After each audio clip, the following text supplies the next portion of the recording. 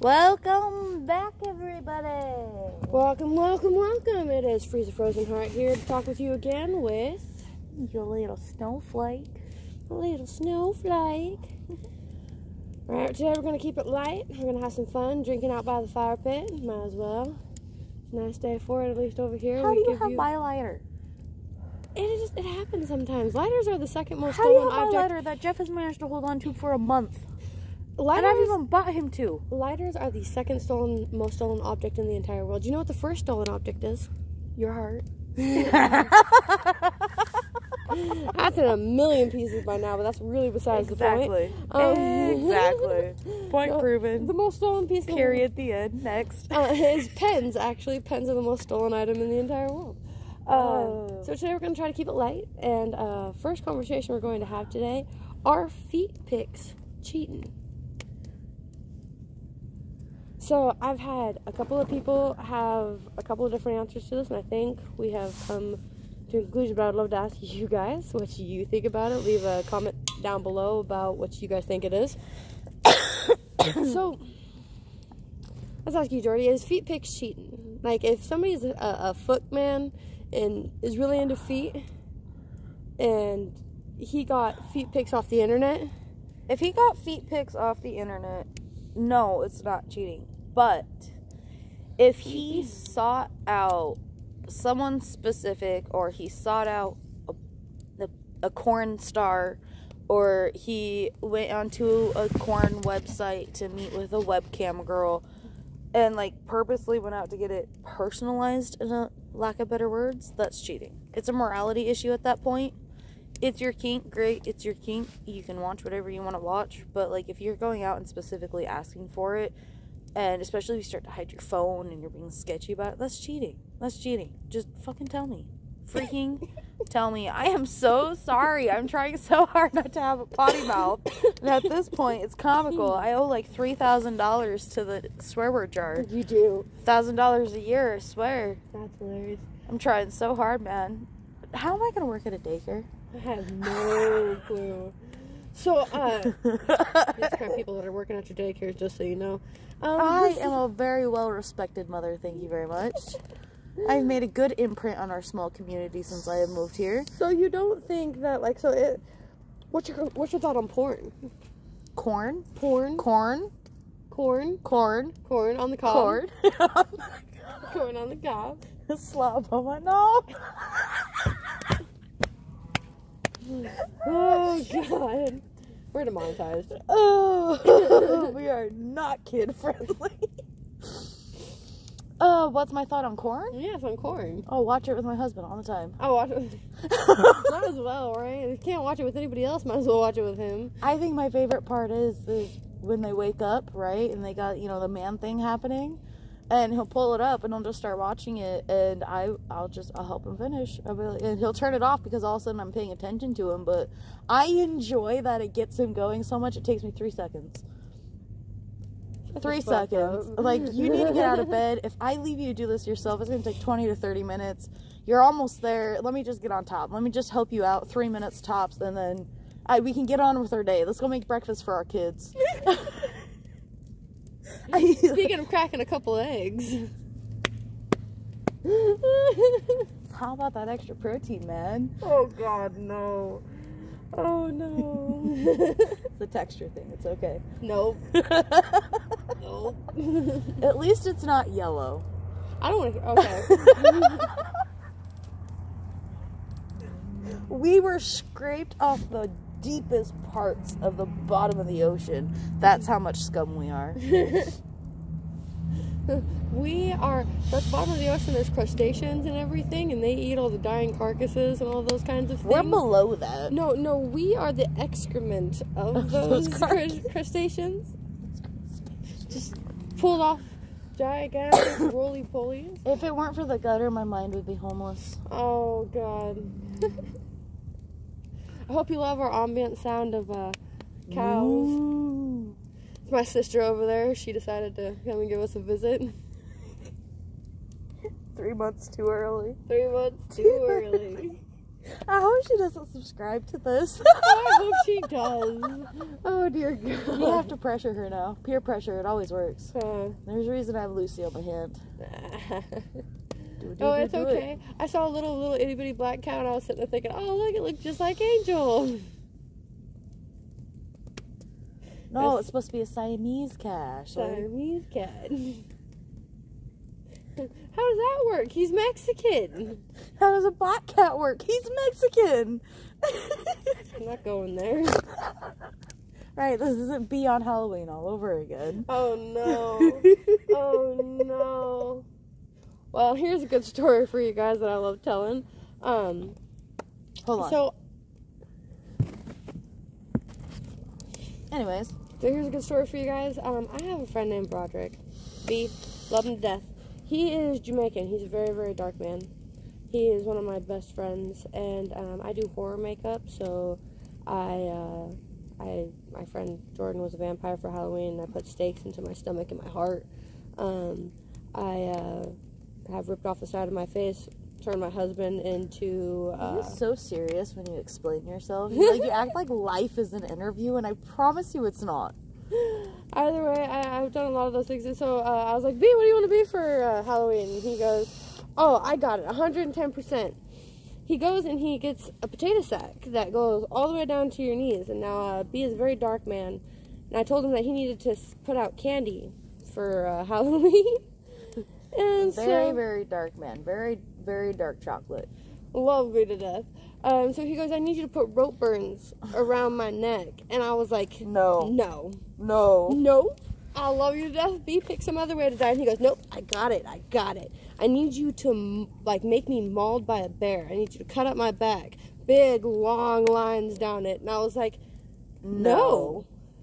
No, B, you cannot be answering my door going, yes, master, every single time somebody comes and knocks on my door. That isn't happening.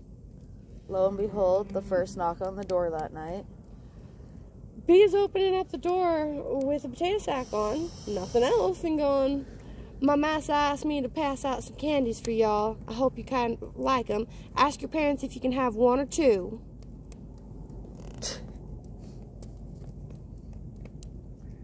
Love that man. I love that man. You need to get him out here to visit. Doesn't he have family out here? No, he's been out here, though. He doesn't like coming out this far. That sounds like a personal problem. It does sound like a personal problem. I still want to see him. I have a lot of memories with people I'll never cross paths with again. Oh, isn't that the truth? 110%. There's a lot of people that I wish I could spend more time with that I don't get to very much anymore. A lot of them. Especially when you've been all over the states like I've been. I've been to California, Vegas, Utah. I've went to Yellowstone, Idaho. Yep. New York. I've been in New York. Arizona. Yep. Arizona. Missouri. I have been through Missouri, Oklahoma. Heck, where else have I lived? Gone to Mexico for 4 months. Now that is an experience. I tell you what. One of my favorite memories that I have is watching monarch butterflies fall from trees. It sounds like a river. Absolutely beautiful if you get a chance to see it. Get a chance to travel. Meet new people. Get out of your state. It's crazy. Leaving Utah, I got lucky enough to not grow up solely in Utah. It's where I primarily grew up, for sure. But I was able to live in Northern California, which, ironically enough, Ashley has family that's from there, but she never lived there, ironically. No, I actually lived there. I grew up there in California. Well, you grew up in Southern California, not Northern. Yeah, but your cousin, Ayla, she's from Redding. And I was literally outside of Redding. Shasta Lake was the base of Shasta Mountain, where everyone would go skiing, and Redding was driving out to Aurora. Yeah. So, but yeah, and then I went back to Utah, went back to North Dakota, and then I lived in North Dakota for a minute. So I was lucky enough to know that there's more to Utah, but then I spent a lot of my teenage years and young adulthood in Utah. So leaving, it's a different type of culture shock because I'm old enough to drink. So not having liquor stores and being able to go to Walmart or the grocery store, or just how people are treated, how everyone accepts you out here. I've actually had a few conversations with some old, born and raised here ladies that are what brought you from Utah? And I'll tell them, like, you know, the religion, they can't separate church from state, and the drug addicts, like, it's just such a toxic place. Like, Utah in and of itself, I have a theory that archways made in nature can be a portal to another dimension or to the underworld, whichever way you want to look to it. And Utah is most famous for its arches. Yeah. And there's a lot of toxicity there. There's a lot of negativity there. It is a very old state. It was the original foundation of Mormonism in, I think it was 1850. Now, every state has its downsides. It does, but it is so beautiful. Worth visiting for sure, to go skiing, go to Moab, go to the deserts, go to the mountains. Oh, Utah beautiful. Snow. The first time I ever saw Utah snow, I literally felt like a little girl had jumped on top of my roof and threw so much glitter that it literally blanketed the entire state. It's so unique. It's so dry out there whenever the snow comes down that it actually doesn't impact. Even after it starts to melt and everything, you can't compact it into a snowball. It's just powder. And it's so beautiful. No, once January hits, you get the good snowballs. Yeah. I used to hide behind banks at the... So we lived in an apartment right behind my high school, but I was younger, so I was still in elementary school. And they'd come and plow the streets up through the apartment, so it would create these huge banks of snow. My stepsister and I would hide behind the banks of snow, and we'd throw snowballs at passing cars. And there was one time a guy got out to yell at us, and we just hid behind the snow for like 20 minutes as he cursed us out, but he wouldn't come up into the snow to find us. That's weird. I was also a hooligan, I'm sorry. Well, hooliganry is what people do best. I think one of my best hooligan moments is whenever we used to play this game, Manhunt. Chasers and Runners is what we called it. Cops and Robbers? Cops and Robbers, yeah, another good way to put it and everything. What we did was we had chasers who had cars, so you'd have like 3 to 5 people in cars. Then you'd have runners, people that were running from one place to another as fast as you can. For me, it was the middle school to the high school. We'd run as fast as we could, trying not to get caught by our friends that were chasing us down. One time, I was running from my friends, and I was taking main dirt roads. Usually not that stupid. I was tired that day and was having fun with it. And I was running down a main dirt road, and I saw headlights. And when I saw them turn into high beams, I was like, crud, I was found. And I decided to jump a random fence. Now in California, you do not want to just run through a random fence. You don't know what you're going to find. You really don't. And people aren't always forgiving about you trespassing on their property. So I was running pretty fast, like as fast as I could, to try to get to the other side of this field so that I can make it over to quad tracks where my friend's car couldn't go, and then I could run for my life. It's not like I can outrun any of them. I'm one of the slowest people there is.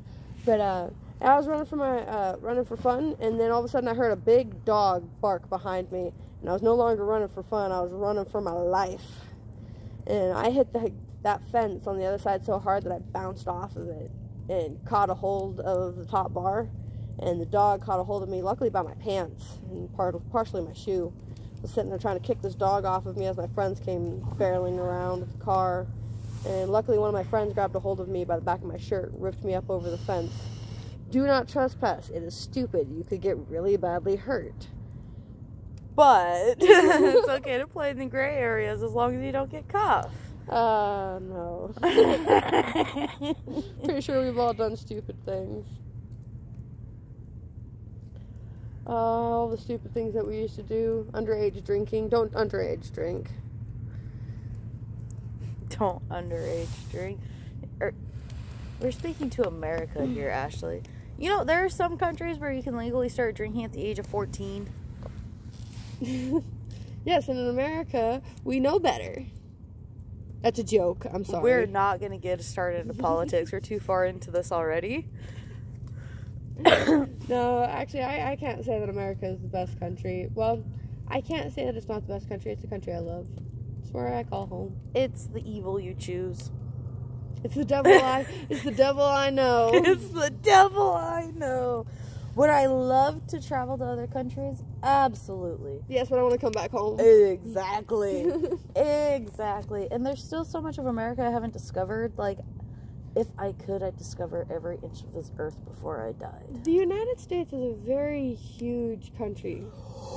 Hold on, we're making this a little bit longer than usual because we are about to talk about the Red Sea in Florida and the seaweed that is growing from Africa. First of all, Florida, it gets a Red Sea every few years, and what it is an algae that causes respiratory distress on humans, and it can cause skin irritation and sometimes blindness, okay? It is an algae that obviously, like all algae, in certain conditions starts to thrive, and it's called the Red Sea. The ocean turns red from it, okay? So this is happening in Florida right now. Spring break canceled. It is so bad. People can't even go down to the beach. It is so bad from the fumes of it dying off as it hits the sand, okay? Okay.